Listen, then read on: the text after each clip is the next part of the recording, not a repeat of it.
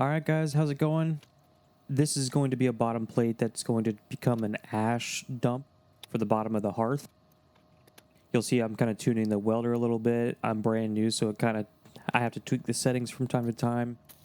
I'm using a gasless MIG welder, so it uses flux core, so I have to constantly kind of knock off the slag and brush it off to get a good weld. Here you're going to see that bottom nut that I welded on. Once I put the wing nut on, then the two separate discs can slide open and closed, creating that ash dump. Once I get on there, you'll see. Oh, there we go. So now they just slide open and apart perfectly.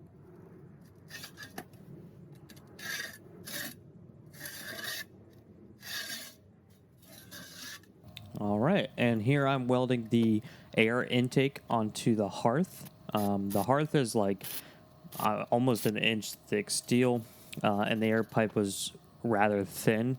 So I had to really tack on a bunch of weld to get it to actually seal the gap between them without disintegrating the air intake tube. It was really quite difficult. The welds ended up being rather ugly, but it gets the job done, and I think that's what's important ultimately. It's structural, it holds well, there's no air leaking around it, and yeah. All right, so here you're gonna see me brushing off all the flux. It leaves this dust all over the place, and so you gotta get that brushed off and able to see the weld. And you can see how thick that weld is. And to do that, I had to just, like I said, I had to pile it on there to make sure I was penetrating deep into that thick hearth metal and not just disintegrating the air intake pipe. All right, here I'm welding on the bottom ash dump plates that I showed you earlier onto the bottom of the hearth, knocking off the slag and getting a good weld all the way around. And you can hear the lawn guys in the background, so sorry about that. Here you can see those welds. I was actually pretty proud of these. Turned out really well. Sorry, I'm terrible about remembering to film the process. I'll get better. But I've got this whole thing mounted now. Just got finished welding up.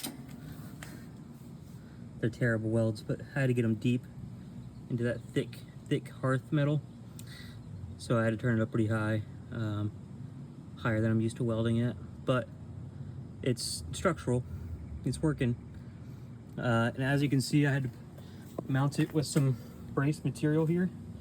I used some bed frame that I had laying around, and I notched it. I started upside down, and so I notched it in. You can see here, and welded it to the frame itself to support the weight. And I think it's doing a pretty good job. I got the airflow coming out of one side, and I can just cut that off where I need it to be. The rest of the bed frame was used to make the frame of the top pan. Another terrible hole. I don't have a plasma cutter, so I had to mangle it. But you make do with what you got. I'll put it on top real quick and show you what it looks like. So this is what it looks like.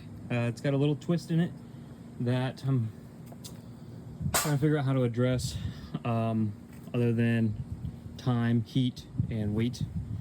But I wanted it to be free of everything, so I could easily change it out if it got burnt out or I needed to move it.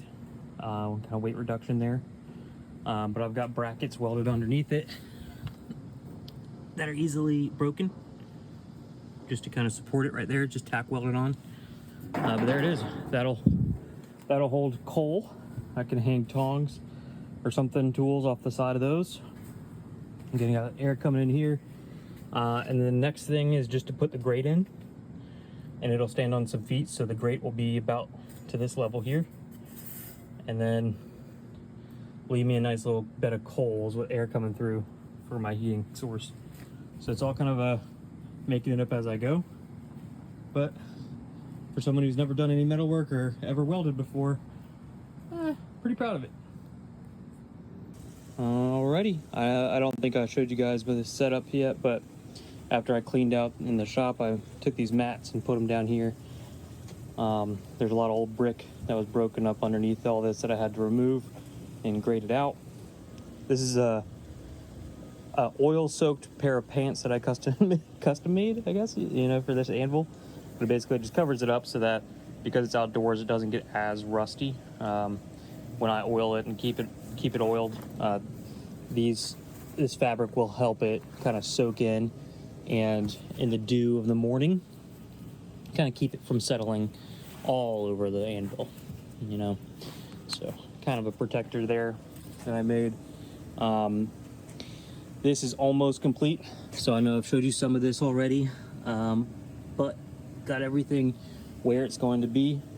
The last thing, which I'm working on right now, this is the grate. So that one I made is too thin, gonna burn through really quickly. So I decided to go with this. This is about quarter inch, almost quarter inch thick metal here. So that should last quite a while, but it's gonna fit right in there. So I just have to shave down the edges just a little bit more to get it to fit, and put some feet on it, weld some feet onto it to sit down in there. And then we'll pile the coal up on here. She'll be ready to go. All right, and the final piece of the puzzle, and we finally finished the grate. Got holes.